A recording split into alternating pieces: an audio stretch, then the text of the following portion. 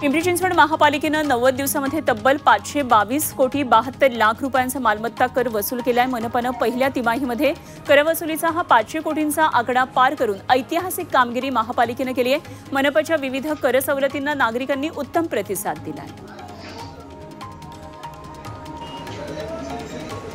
पुणे शहराला पाणी पुरवठा करणाऱ्या खडकवासला धरण साखळी प्रकल्पातल्या 4ही धरणं ही निम्मी भरली आहेत आणि 4ही धरणामध्ये मिळून एकूण 15.56 टीएमसी एवढा पाणीसाठा झालाय। दरम्यान धरणाच्या पाणीसाठ्यात वाढ होत असल्यानं पाणी पातळी नियंत्रित करण्यासाठी खडकवासला धरणाच्या सांडव्यावरून 2464 क्युसेक वेगानं पाणी नदीपात्रात सोडण्यात येत आहे।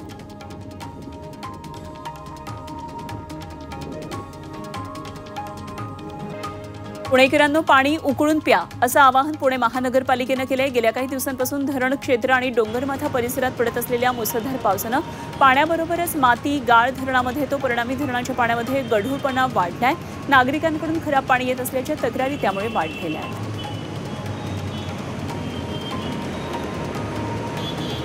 मुंबई पुणे एक्सप्रेस वेवर कोंबड्यांची वाहतूक करणाऱ्या टेम्पोला अपघात झाला। मुंबईकडे जाणाऱ्या लेनवर खालापूर जवळ हा अपघात झाला। यामध्ये टेम्पो चालक आणि क्लीनर जखमी झालेत।